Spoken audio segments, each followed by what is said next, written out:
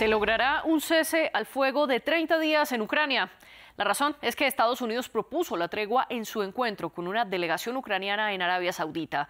Kiev respaldó el plan, que es mucho más ambicioso que el que planteaba el presidente Volodymyr Zelensky, de pausar únicamente los ataques aéreos, los marítimos y los dirigidos a infraestructuras energéticas. Esto dijo el jefe de la diplomacia estadounidense sobre la tregua que proponen, y luego respondió Zelensky.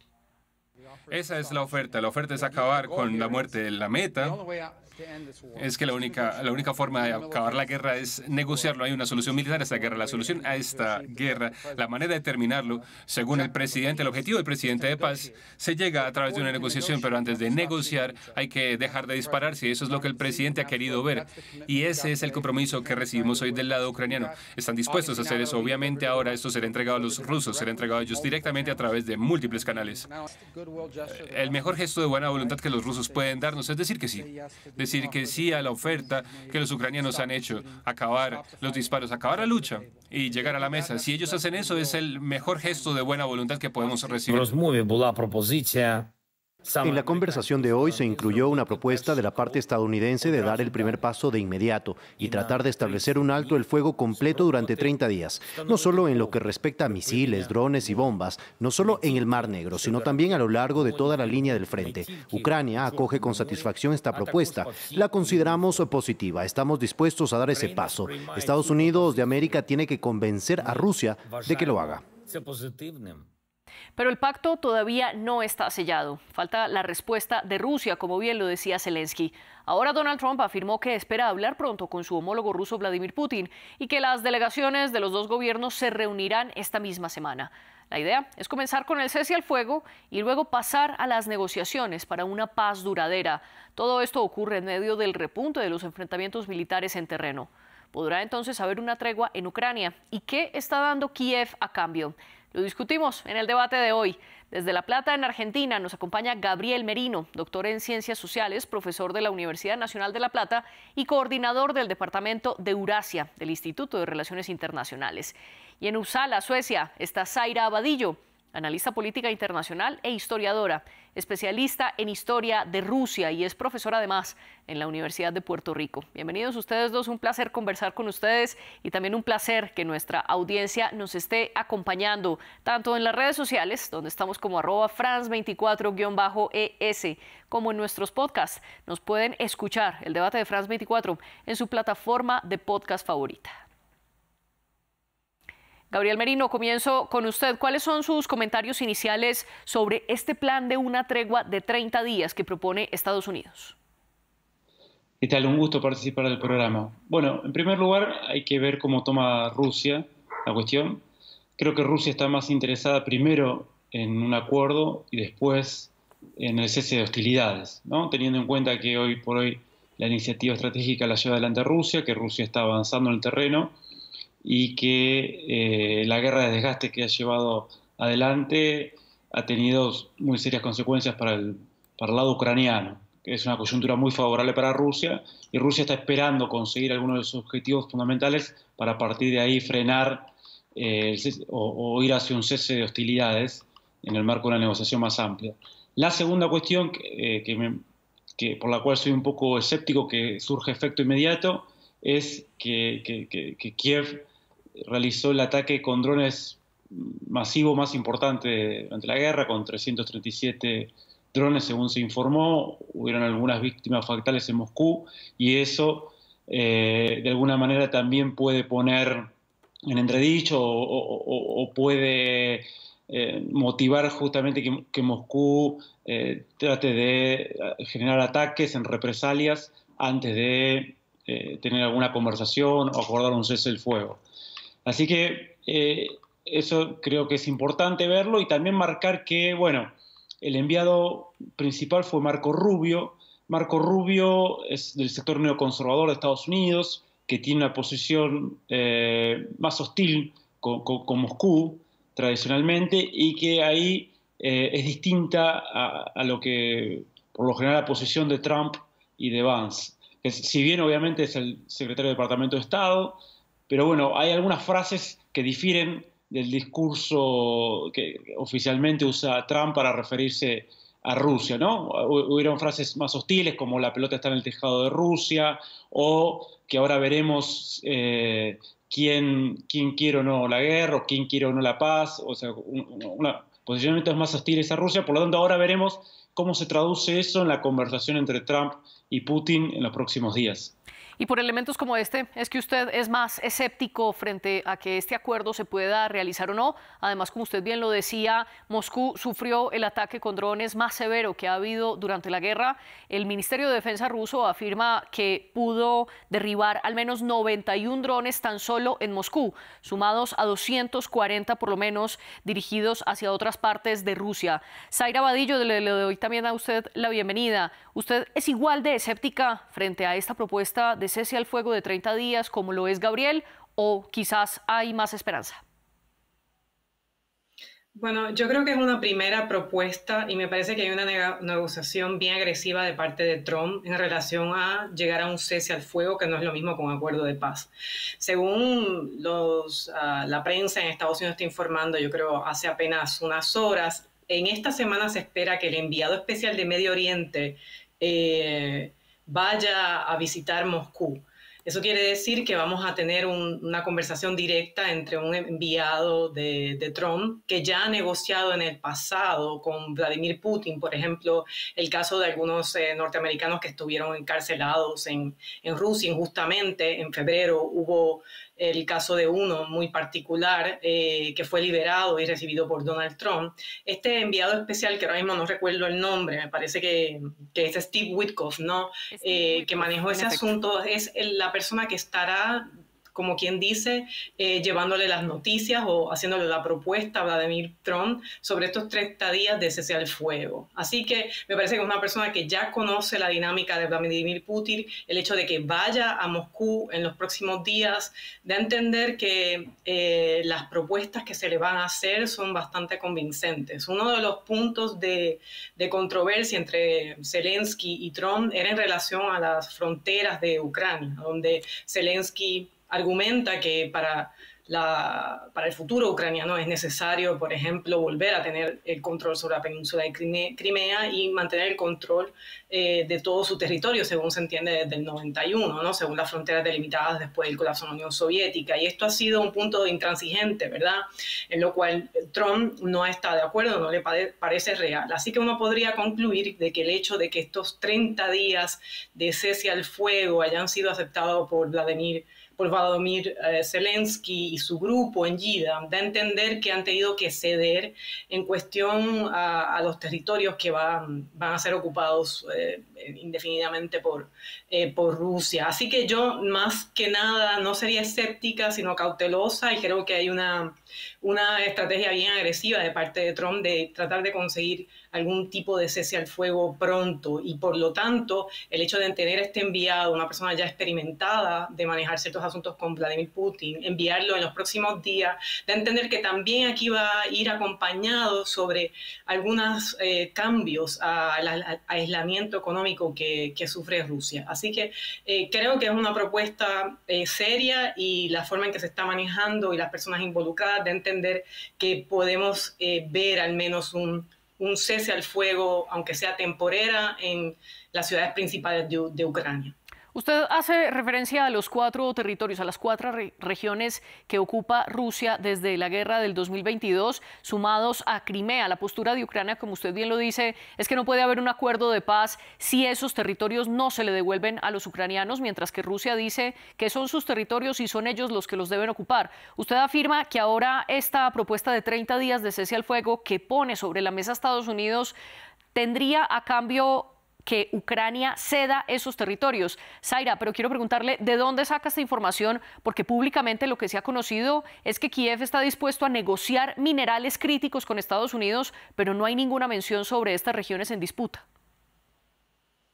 Bueno, esto uno lo puede concluir por las discusiones tan fuertes que ha tenido el gobierno de Estados Unidos con Zelensky. Hemos visto públicamente cómo Trump ha hecho lujo de insultos hacia el líder ucraniano, y esto tiene que ver en términos a lo que él considera que sea la forma más fácil de solucionar el conflicto. Es sabido públicamente que Estados Unidos, al menos la administración de Trump, no apoya que Ucrania vuelva a retomar Crimea, ¿no? Rusia tampoco tiene tan buen control sobre estas regiones que ha ocupado, ¿no? Son regiones que están parcialmente destruidas, con poca población y donde muchas de las personas tuvieron que huir. Así que también Rusia va a tener un problema en mantener esta región y hacerlas económicamente viables. Pero la realidad es que sí sabemos que el gobierno de Trump ha sido muy claro en decirle a Zelensky que no puede exigir recuperar los territorios que tenía antes del 2022. Así que a base de esa premisa, ¿verdad?, es que puedo concluir con un análisis que desgraciadamente es muy triste para los ucranianos. Pero la única forma que han podido tener de nuevo ayuda militar y de inteligencia, se les ha vuelto a dar el acceso a la ayuda financiera de los Estados Unidos. Estamos viendo un cambio aquí radical en una semana. Así que para ver tal cambio, uno tendría que concluir que la posición de Donald Trump pues ha aplastado los sueños de Zelensky de volver a tener una Ucrania con las fronteras de antes del 2013. Es una realidad. Claro, hay que ver qué es lo que va a suceder en los próximos días y también ver qué son los ofrecimientos y las negociaciones que Trump le va a ofrecer a Vladimir Putin, que en este aspecto yo creo que van centradas más en tratar de que Rusia vuelva a conectarse con la economía mundial.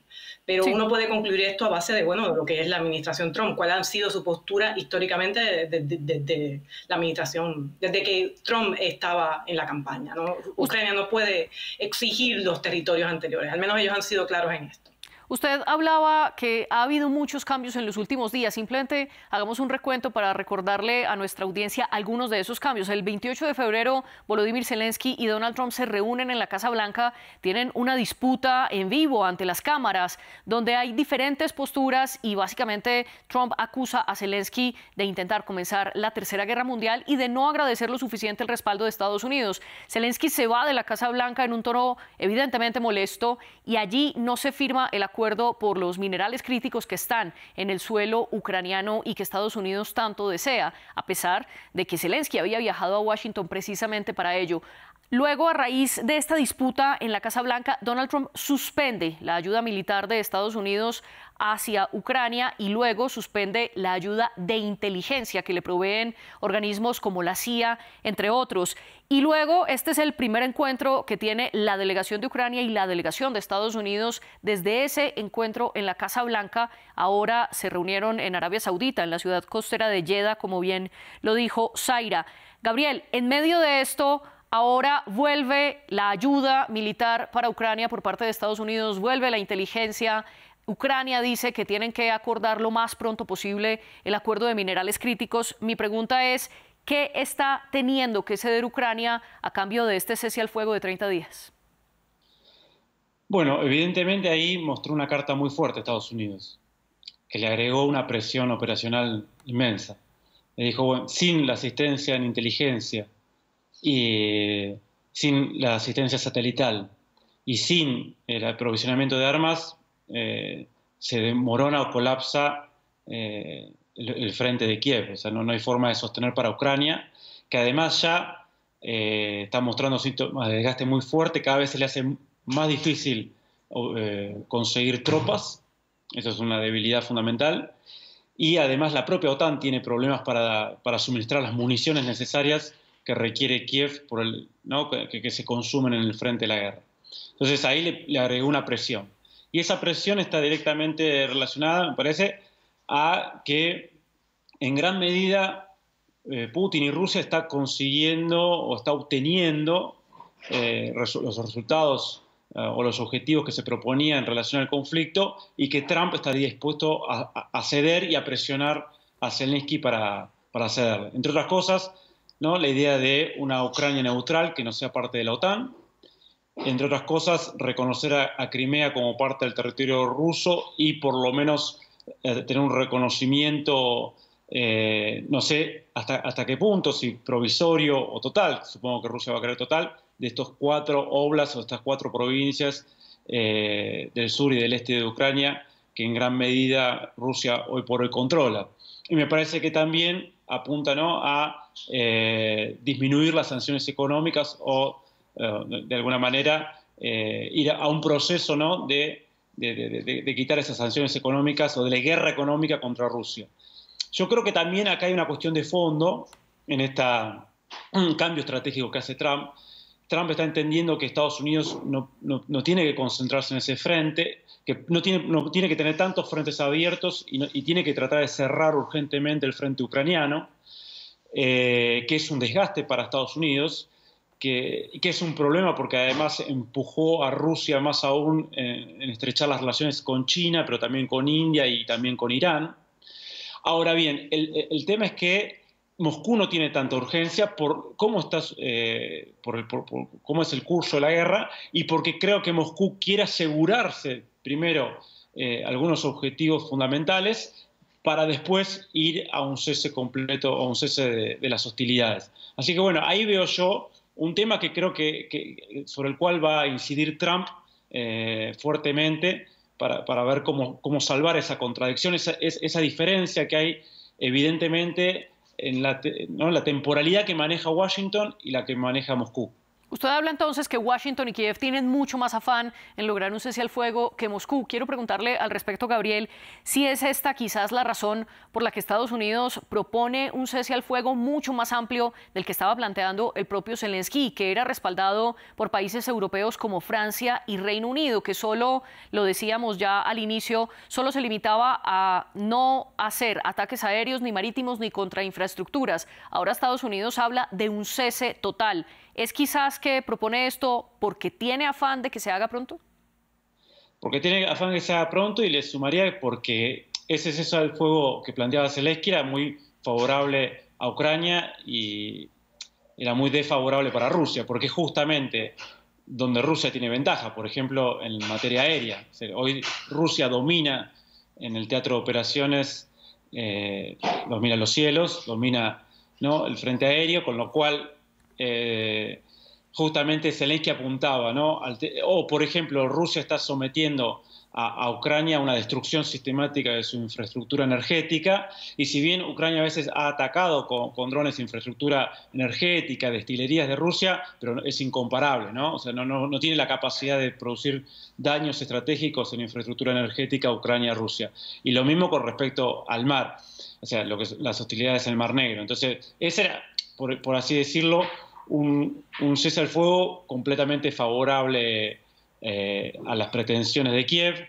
Obviamente ahí Estados Unidos aparece como mediando, como diciendo, bueno, no, vamos a incorporar un cese al fuego general para que pueda ser aceptable para Moscú. Bueno, obviamente también ahí hay diferencias dentro de Occidente, los aliados occidentales y Kiev, en torno a si sostener o no sostener el frente ucraniano. Y hasta dónde, ¿no? Hasta dónde sostenerlo. Bueno, ya lo vimos esas diferencias.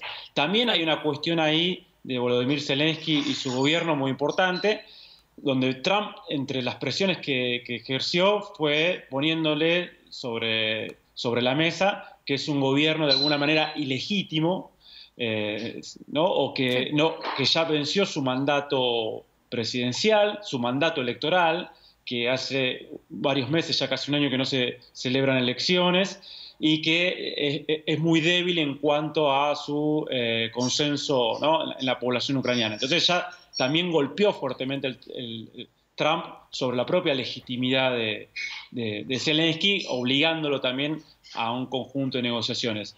Pero yo creo que ahí Estados Unidos, insisto, está acelerando, necesita Trump para sus objetivos, para su reequilibrio, reconfiguración estratégica, necesita tratar de llegar a un acuerdo de paz, y ahí va a presionar muchísimo y agresivamente a Kiev, a Europa también y a Rusia. Lo que no sé, lo que estoy más escéptico o quisiera ver la reacción Rusia para terminar de evaluar la situación, es cómo va a tomar esto Moscú en los próximos días. Yo creo que va a haber algo de dilación en el proceso. Quiero retomar un punto que usted mencionaba y es la crítica de Trump contra Zelensky. Incluso le dijo dictador en un momento. Zaira, ¿se puede entender entonces que Estados Unidos está presionando políticamente a Ucrania para obligarla a firmar un cese al fuego y a sentarse en una negociación con Rusia? Y por el otro lado, en terreno hay una presión militar porque además del mayor ataque de drones de Ucrania contra Moscú durante la guerra, a esto se suma que justo el día en el que Estados Unidos propone un cese al fuego, Rusia ataca un puerto marítimo de Odessa en el Mar Negro y hay por lo menos 4 muertos. Hay entonces un repunte de las acciones militares en terreno y por el otro lado aumenta también la presión política para obligar a las partes a negociar. Me parece que es normal que en estos procesos en los cuales se está empezando a negociar un cese al fuego, un acuerdo de paz, ¿no? Son dos cosas distintas. Sí hay un repunte de hostilidades y obviamente la parte ucraniana quiere demostrar que todavía tiene cierto poderío militar y que es una amenaza, ¿verdad?, a Rusia, aunque no al mismo nivel, ¿no? Todos estos drones causaron mucha interrupción en el espacio aéreo de una ciudad tan grande como Moscú y también crea mucha ansiedad entre la población rusa que no vive la guerra a diario como los ucranianos. Y esto es algo que también desestabiliza un poco, digamos, la paz social, ¿no?, que tiene controlado Putin en su país, ¿no?, donde hay un apoyo a la guerra ucraniana. Así que sí ha habido un repunte, pero es normal, ¿no?, en este tipo de conflicto de guerra previo a un cese de hostilidades. En relación a Zelensky y Trump y los insultos, ¿verdad?, que Trump le propinó a Zelensky llamándolo como dictador, no debemos olvidar que la relación entre ambos siempre ha sido bastante pésima, ¿no?, desde su primer mandato, ¿no? Así que creo que hay una presión legítima de parte del gobierno de Trump de deslegitimizar, ¿no?, la figura de Zelensky, pero esto es algo que ya tiene su historia como tal. Y ahora les propongo que entendamos un poco más el papel de Arabia Saudita como mediador. Ya usted lo decía, Zaira, sirvió de negociador y de terreno neutral para las negociaciones entre Estados Unidos y Rusia de intercambio de prisioneros. Ahora vemos, antes habíamos visto también las delegaciones de Washington y Moscú negociando en Arabia Saudita, ahora las de Washington y Kiev. Gabriel, ¿cómo entender este papel y sobre todo después de lo que ocurrió en 2018 con la muerte del periodista de Washington Post, Jamal Khashoggi, que había sido la crítica abierta contra Arabia Saudita? ¿Cómo se pasa frente a el cerco internacional que le hicieron a Arabia Saudita en ese año a ser una tierra para negociar?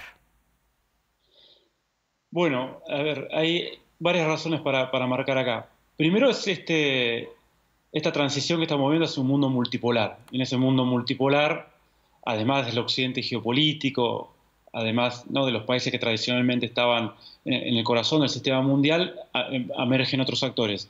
Y la región del Medio Oriente y Arabia Saudita está teniendo un papel cada vez más importante. En segundo lugar, tenemos que recordar que Arabia Saudita dio un paso fundamental para establecer la OPEP, los países productores de petróleo, un acuerdo con Rusia cristalizado en la OPEP+.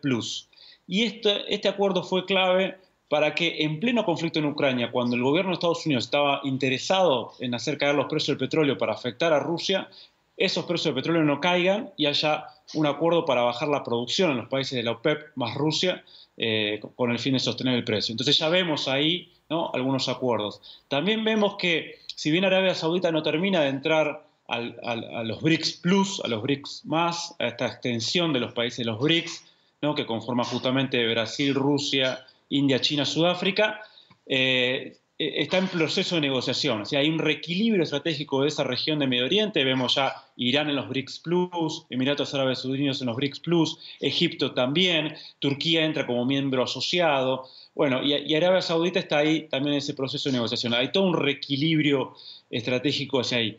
Lo que vos mismo mencionabas, ¿no?, sobre el asesinato de este periodista que conmocionó fuertemente en Occidente, también Arabia Saudita lo vivió eso como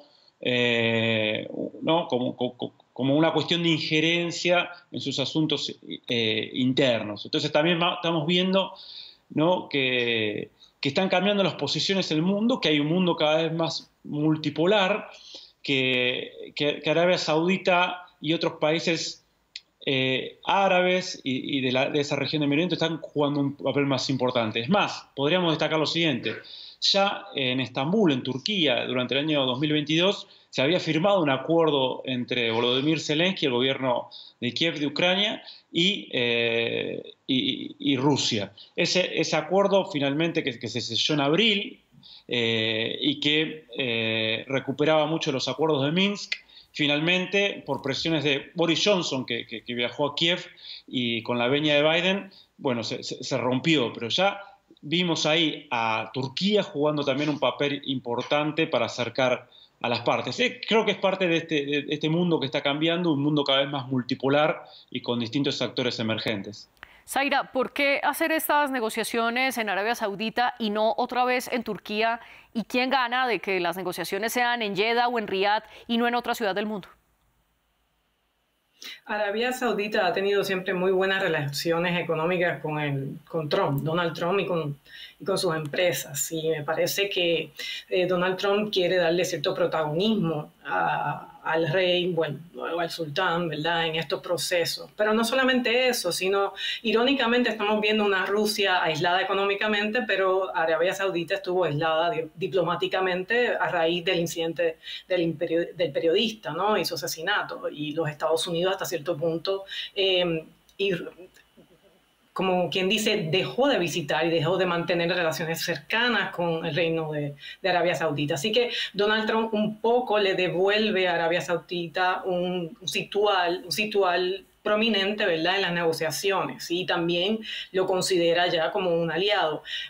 Tampoco debemos olvidarnos de que Irán ahora está pasando por un proceso muy difícil, luego de lo que sucedió con Hezbollah y lo que ha sucedido en Gaza, ¿no? Y ya no tiene un poderío como solía tener en Medio Oriente, y Arabia Saudita hasta cierto punto se perfila como una potencia regional que va a sustituir a Irán, y hasta cierto punto puede estar en competencia con Turquía. Así que yo creo que tiene que ver mucho con Trump querer reconectar nuevamente con Arabia Saudita y darle su sitial dentro de las negociaciones diplomáticas. Y creo que es muy importante Arabia Saudita esté involucrado y no sea solo controlado por Turquía, quien ya ha mencionado que estaría dispuesto a enviar tropas en la frontera o en la línea de defensa entre Ucrania, la línea de guerra, ¿no?, entre Ucrania y Rusia. Me parece que la semana pasada Erdogan mencionó de que estaría dispuesto a enviar militares turcos para velar por un cese al fuego. Así que creo que la estrategia de Trump es mantener un equilibrio de poder regional entre Turquía y Arabia Saudita. Turquía queriendo enviar tropas y Rusia se opone a los militares extranjeros en territorio ucraniano, que es la propuesta que lanzaron inicialmente o que lanzó inicialmente Reino Unido. Quiero preguntarle, Gabriel, a propósito de esto y de este mapa internacional, ¿cuál es el papel que está jugando Europa? Porque en el comunicado conjunto entre Kiev y Washington, luego de su reunión en Jeddah, Arabia Saudita, es Ucrania la que reitera una vez más que Europa debe estar sentada a la mesa de negociaciones. Sin embargo, hasta el momento no está presente. ¿Estas negociaciones podrían ser sin Europa y Europa perdió cualquier papel relevante aquí? Y Europa en este escenario está mostrando cierta falta de relevancia estratégica, por lo menos, y está mostrando, ¿no?, o se está visualizando en el conflicto que claramente es Moscú y Washington del otro lado, ¿no?, la mesa principal de negociación. Hasta incluso Kiev está en un segundo plano ahí, porque depende completamente de las decisiones en Washington. Así que es claro que ya es un proceso que incluso desde 2014 está sobre la mesa. Recuerdo aquellas afirmaciones que no se pueden reproducir, ¿no?, sobre algo así como al diablo de la Unión Europea por parte de Victoria Nuland, una importante funcionaria entonces de la administración Obama y también muy importante como secretaria de Asuntos Euroasiáticos durante la administración Biden, por lo tanto muy comprometida en ese conflicto en Ucrania, y que ya, ¿no?, mostraba como que Estados Unidos decide, hasta incluso quienes propician mantener una Europa con más relevancia, pero en última instancia marcando que Estados Unidos es quien decide. Creo que eso es un problema para Europa, más porque justamente es un conflicto en su frontera, es un conflicto en su territorio, es un conflicto clave. Pero bueno, ahí está también el tema de qué hacer, ¿no? con la OTAN. Me parece también que Europa salió muy debilitada de este conflicto por lo que implicó la ruptura de las relaciones con Rusia en materia energética. Hay que ver cómo eso se reconfigura. Estamos viendo procesos problemáticos en el corazón económico de Europa, como es Alemania, hasta riesgos de desindustrialización, muy vinculados al tema del aumento de los costos de la energía y la ruptura con Rusia. Eso creo que es un tema a considerar. Y una Europa también que está pensando en aumentar presupuesto militar, tal cual lo solicita Estados Unidos hace muchos años, y Trump fue muy enfático en esa presión, pero está menos pensando quizás en recuperar relevancia estratégica a partir de un proceso, ¿no? de ganar grados de autonomía y avanzar en el desarrollo de un complejo militar industrial propio, unas fuerzas armadas conjuntas. Creo que sigue todavía una tónica de seguir fortaleciendo la OTAN, seguir digamos, tomando esta demanda de aumento de presupuesto. Recordemos que Europa gasta entre 4 y 5 veces más en defensa que Rusia, con lo cual, más allá de la cuestión presupuestaria, hay un tema de bajo qué estratégica, bajo qué política se utiliza ese presupuesto. Creo que es una discusión todavía no saldada, y que hay un mundo que ha cambiado profundamente, una configuración que venía de los años 45 en adelante bajo la hegemonía estadounidense, un rol que tenía Europa, pero que ha cambiado profundamente, ha desacomodado ese rol, y ahí Europa va a tener que encontrar su camino, ¿no?, en este mundo en reconfiguración.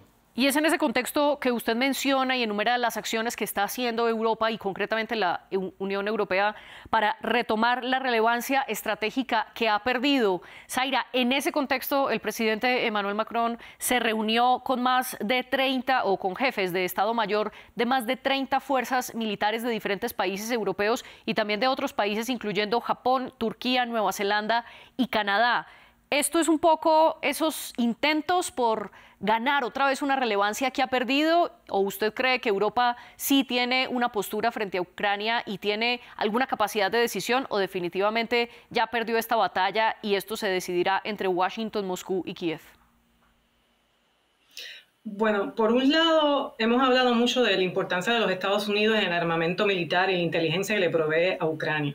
Pero por otro lado, Europa sigue siendo importante en relación a las sanciones económicas que se han impuesto a Rusia. Así que, bien si Europa no tiene la capacidad militar ni está organizada militarmente para confrontar a Rusia o para apoyar a Ucrania de la misma forma que Estados Unidos, yo creo que Macron y Keir Starmer en Inglaterra sí están tomando los pasos indicados para crear una Europa más fuerte militarmente, desarrollar una inteligencia más sofisticada. Se han hablado de invertir en drones y tecnología satelital similar a la de Starlink, pero estos son proyectos a largo plazo y todas estas reuniones son importantes para empezar a intercambiar, ¿verdad?, conocimientos y estrategias en torno a cómo es la Europa que se perfila en los próximos 10 años y si realmente tiene la capacidad de desarrollar, ¿verdad?, un armamento al nivel de los Estados Unidos. Ahora mismo Europa está muy debilitada y esto es un proyecto que apenas comienza y no va a tener resultados prontos. Pero por otro lado, creo que a pesar de que sí la negociación más agresiva va a ser entre los Estados Unidos y Moscú,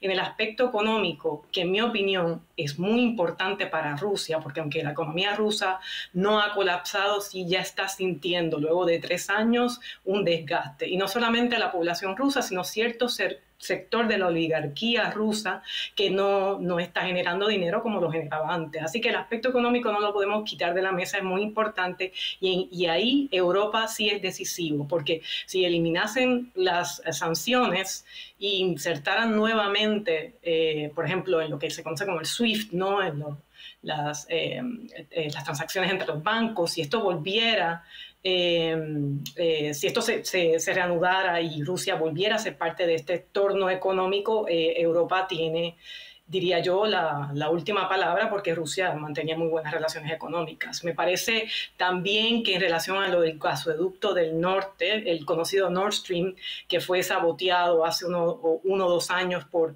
militares ucranianos, me parece que está en proceso de reconstrucción, ¿verdad? Y han habido algunas discusiones en términos de si Europa tal vez volvería a comprar gas